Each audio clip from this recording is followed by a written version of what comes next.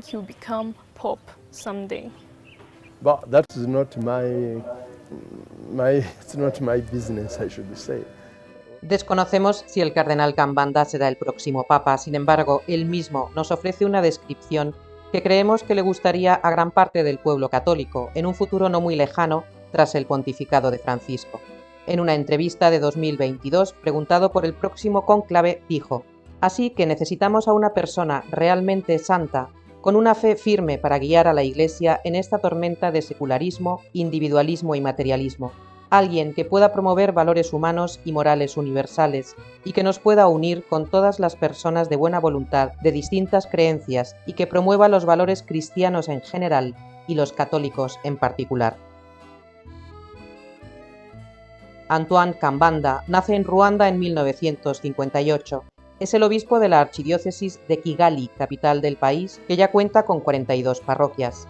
Él dice que primero es crear la comunidad de personas y luego viene la parroquia que nace fruto de la fe de esas personas.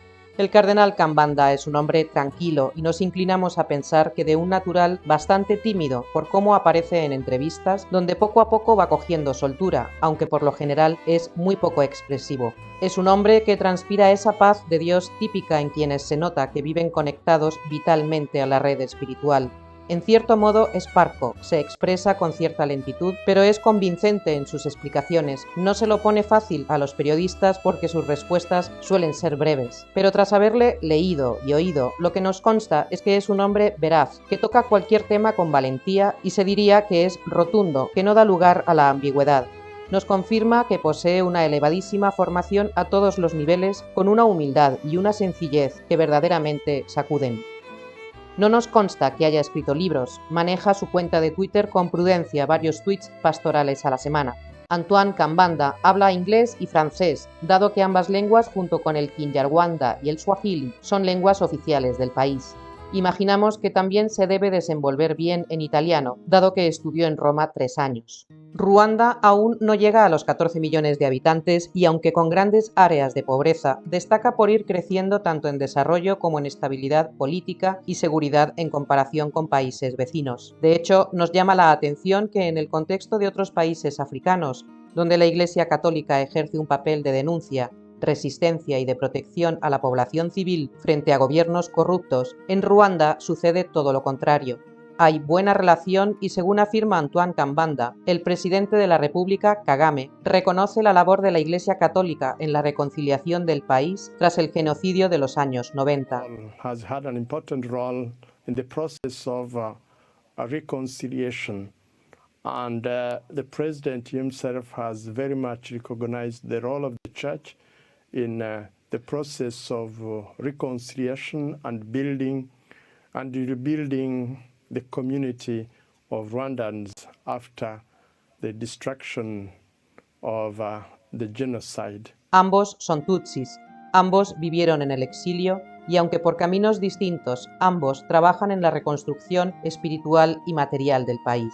La realidad religiosa en Ruanda ahora mismo es la de una mayoría católica con un 56,5% frente a otras confesiones. Hay un 26% de protestantes, un 11% de adventistas, un 4,5% de musulmanes y, en menor medida, algunas creencias indígenas. Existe un factor que es motivo de preocupación para el cardenal, como son las sectas de inspiración protestante o de otra índole, y que por eso mismo su prioridad son los jóvenes.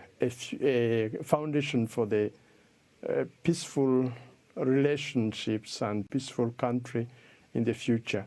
Secondly is taking care of the youth. The youth have got the strength, they have got the talents, and they need formation in skills in order to have their talents developed, and once they realize themselves and they are happy, then you have the strength of building the nation, which sometimes is exploited in violence, conflicts, armed conflicts. The youth are vulnerable, but when they are well trained, well taken care of, they become a solution instead of being problem in the society. Por lo visto, esta cuestión de las sectas se da allí con mayor proliferación que en otros lugares. En una entrevista de marzo de 2023 comentaba: las nuevas confesiones, evangélicos, pentecostales y las diversas sectas hacen cada vez más proselitismo. Probablemente haya más de 1000 nuevas confesiones religiosas. Se ha creado un ambiente muy confuso y en el que varias sectas han entrado en conflicto con la ley estatal. Somos un pueblo religioso que confía en quienes se presentan como hombres de Dios, pero hay personas deshonestas que abusan de ello y han convertido la religión en un negocio. Sin embargo, esa realidad de las sectas no está afectando a la Iglesia católica, porque la cuestión vocacional es un auténtico fenómeno con matices sumamente peculiares. El propio cardenal nos lo cuenta. Hay muchos jóvenes que quieren ser sacerdotes, religiosos y religiosas. Son tan numerosos que no tenemos capacidad para acogerlos a todos y lo lamentamos. En particular, hay muchas chicas que quieren ser religiosas, pero las distintas congregaciones no pueden acogerlas a todas. A veces, grupos de chicas se reúnen para fundar una nueva congregación, lo que supone un reto adicional porque hay que formarlas. Hay comunidades que ya llevan 30 años juntas viviendo su vida consagrada, pero todavía necesitan discernimiento y autorización de Roma para su reconocimiento. He pedido ayuda a las congregaciones clásicas, pero ni siquiera ellas disponen de personal suficiente. Deben pensar en la formación de sus propias candidatas. No obstante, contamos con formadores puestos a disposición de otras congregaciones. Parte de la historia personal del cardenal Kambanda es dramática y de un sufrimiento inimaginable. Es un hombre que podríamos decir que reúne varias características: superación constante, adaptación y testigo radical del Evangelio. Desde pequeño se vio obligado a transitar con su familia por países vecinos como refugiados. Fueron a Burundi y a Uganda. Él mismo comenta que eso le implicó un atraso de años en los estudios. Tuvo que adaptarse a distintos modelos educativos, idiomas, pero que en el plano humano siempre vivieron la acogida real por parte de otras comunidades cristianas. Como con el cardenal en Zapalainga, el testimonio de los misioneros fue determinante en su vocación.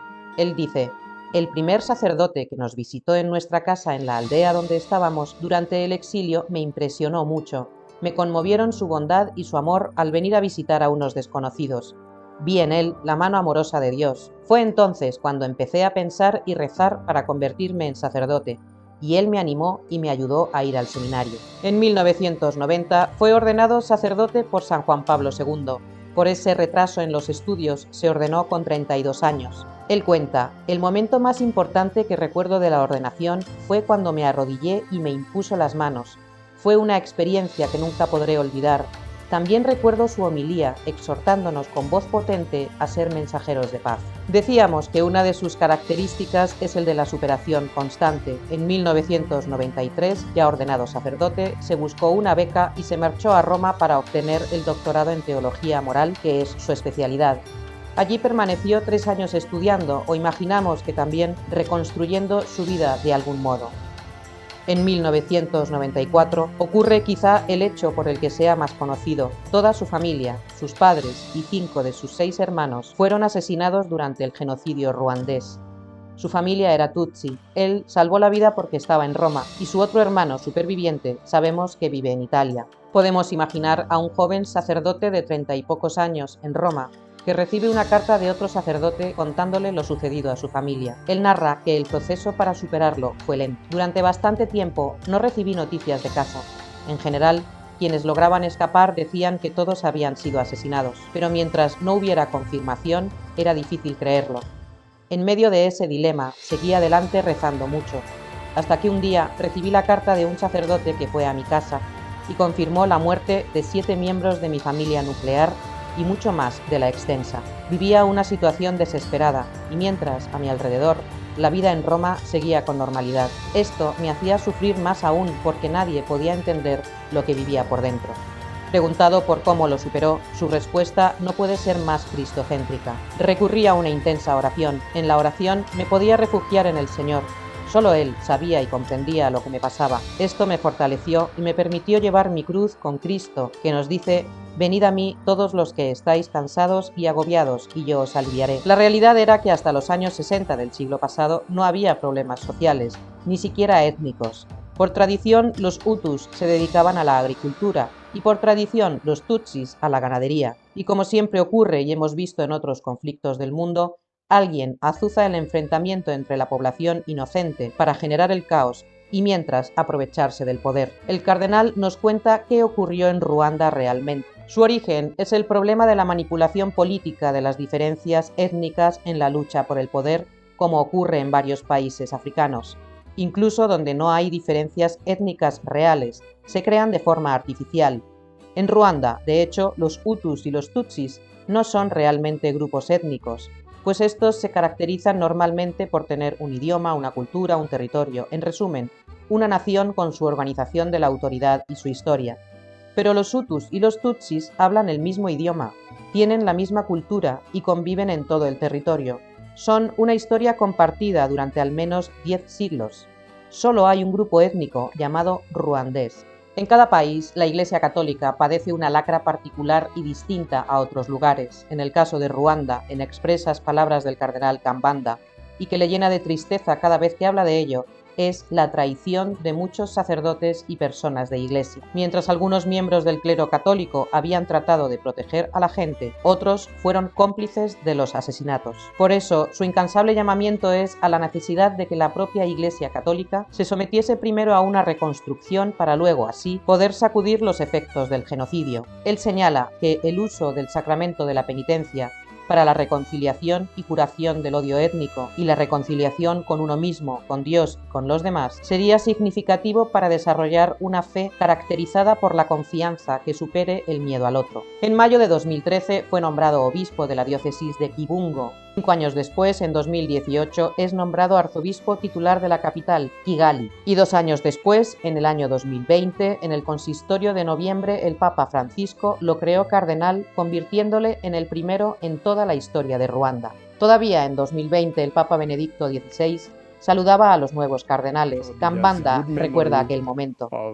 Rwanda and what took place in Rwanda, and he prays for us because, as he says, he is no longer having the strength to speak, but it is his silence that speaks more than the words. El recorrido ministerial del obispo Kambanda destaca por haber sido rector de seminarios y director espiritual, director de Cáritas, además de otros cargos, y sobre todo también ha desempeñado muchos años como profesor de teología moral especial. Imaginamos que su perfil es el de una persona no solo muy espiritual, sino que también se delata como un gran intelectual por su capacidad de análisis y por su esfuerzo en completar y ampliar sus estudios hasta obtener un doctorado.